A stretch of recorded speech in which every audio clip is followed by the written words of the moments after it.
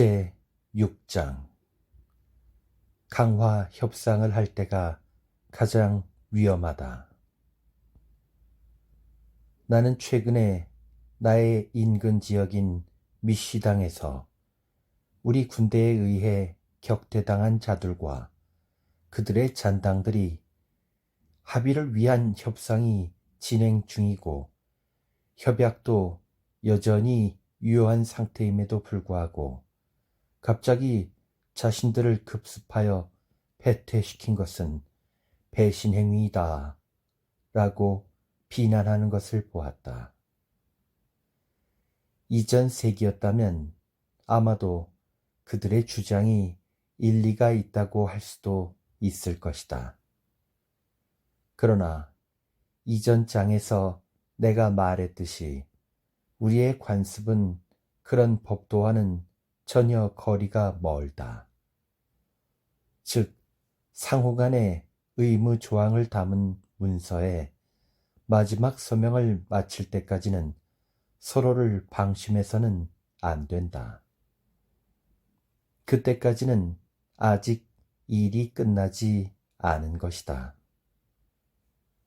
그러므로 이제 유화적이고 유리한 대화를 통해 자기들 도시의 항복이 받아들여졌다고 해서 지금 당장 그 약속이 정말로 지켜질 것이라고 생각해서 그들의 사기가 가장 높아진 상태에서 자신들의 성에 상대편의 승리한 군대가 마음대로 입성하도록 허용하는 것은 역시 위험천만한 일이었다. 로마의 집정관 아에밀리우스 레길루스는 포카이아 성을 무력으로 함락하려 했지만 주민들의 보기 드문 용맹스러움으로 인해 허무하게 시간을 허비하게 되자 결국 그들과 평화 조약을 맺고 앞으로는 포카이아 사람들을 로마인의 친구로 받아들이겠다고 약속하고 자신들을 이제 연합군의 자격으로 입성시켜 달라고 요구하며 일체의 적대 행위에 대한 염려를 떨쳐버리게 했다.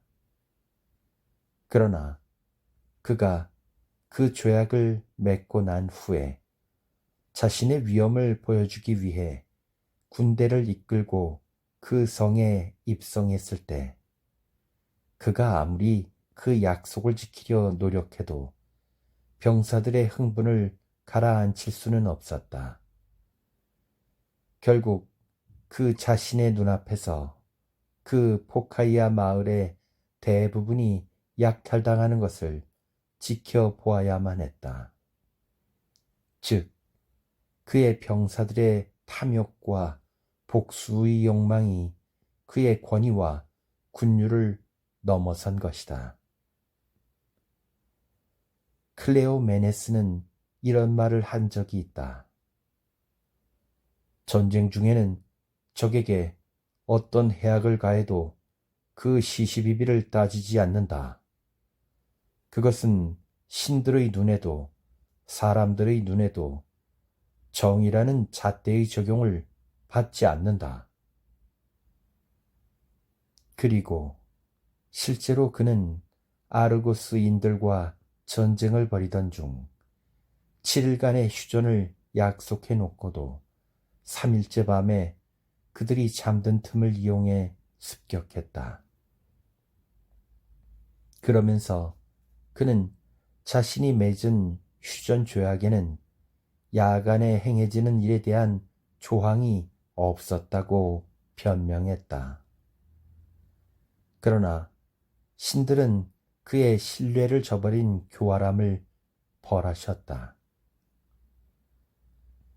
카실리눔 사람들은 강화 회담이 진행되는 동안 자신들의 안전을 보장받는 데 몰두해 있었는데 그 틈을 타고 기습을 받아 자신의 성을 빼앗겼다.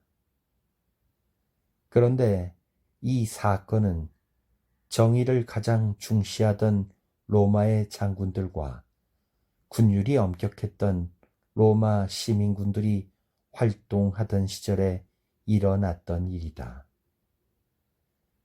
그들이 그렇게 행동한 이유는 군인들이 전투에 임해서 시간과 장소에 따라 적의 비겁한 행동에 대응하는 것과 마찬가지로 그들의 어리석은 짓을 이용하면 안 된다는 법은 그 어디에도 없었기 때문이다. 그러고 보면 확실히 전쟁에 임한 자는 매사에 이성적으로 행동해야 한다는 생각, 그 자체를 오히려 편향된 생각이라고 간주할 수 있을 정도로 많은 합리적인 특권을 가지고 있다고 할 수 있을 것이다. 그런 이유로 다음과 같은 옛 말은 지켜질 수 없는 것이리라. 누구든지 남의 어리석음을 이용해서 이득을 취해서는 안 된다.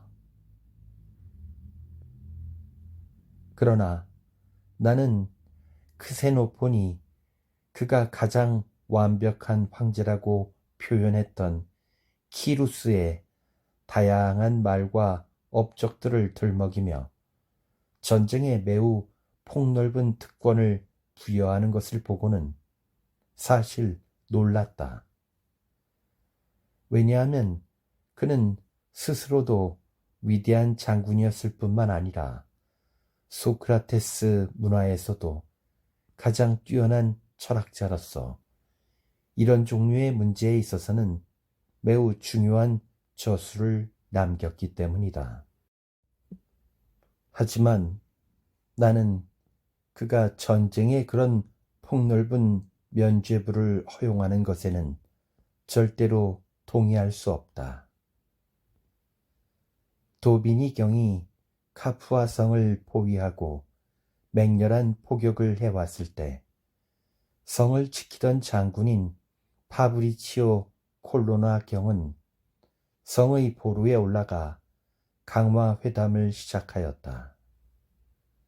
그러나 이를 지켜보느라고 콜로나 경의 병사들이 성의 경계를 느슨하게 했고 이 틈을 타서 우리 쪽의 병사들이 순식간에 성을 빼앗아 그들을 무찔러 버렸다. 좀 더 기억에 남는 일로는 근래에 이보아에서 줄리아노 로메로 경이 원수카카와 강화 회담을 하려고 성 밖으로 나왔던 미련한 행동이 있었다. 로메로 경이 강화 회담을 마치고 돌아와 보니 그의 성은 이미 함락되어 있었다. 그러나 우리 쪽도 결국 그들의 복수를 피할 수는 없었다. 페스칼라 후작이 우리의 비호하에 옥타비아노 프레고사 공작이 지휘하고 있던 제노바 성을 포위했을 때의 일이었다. 양측 사이에 강화 회담이 크게 진전되어 모두들 그것이 이미 성립된 것으로 믿고 있었는데 마침내 조약이 체결되려는 순간 스페인 군대가 자신들이 완전한 승리를 거두기라도 한 것처럼 성 안으로 밀려들었던 것이다. 그 후 카를로스 1세 황제는 브리엔느 백작이 지휘하던 리니 앙바루아를 직접 포위하였다. 이에 브리엔느 백작의 부관 베르투에유가 강화를 위해 성을 빠져왔는데 그 회담 중에 성은 결국 함락되고 말았다. 그래서 이런 말이 있는 것이리라. 승리야말로 항상 칭찬을 받아 마땅한 것이다. 그것을 운수가 좋아서 얻었던 혹은 교활한 계략을 써서 얻은 것이던 간에. 그러나 철학자 크리시푸스는 그런 속설과 의견을 달리했다. 나 역시 그다지 동의하지 않는다. 크리스푸스는 경주를 하는 사람은 자신의 속도를 높이기 위해 최선을 다해야 하지만 손을 뻗어 상대를 가로막거나 다리를 뻗어 넘어뜨리는 일은 결코 용납될 수 없는 것이라고 말하고 있다. 더욱 고결한 행동을 보여준 것은 그 위대한 알렉산드로스 대왕으로 폴리페르콘이 밤에 다리우스를 기습하자고 그에게 권유하자 대왕은 그에게 안 된다 라고 하며 다음과 같이 말했다.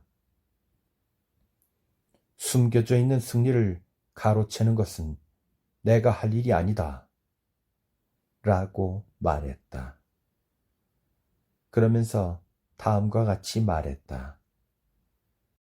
부끄러운 승리를 거두기보다는 차라리 내가 운이 없음을 슬퍼하겠다. 그리고 다음과 같은 이야기도 있다.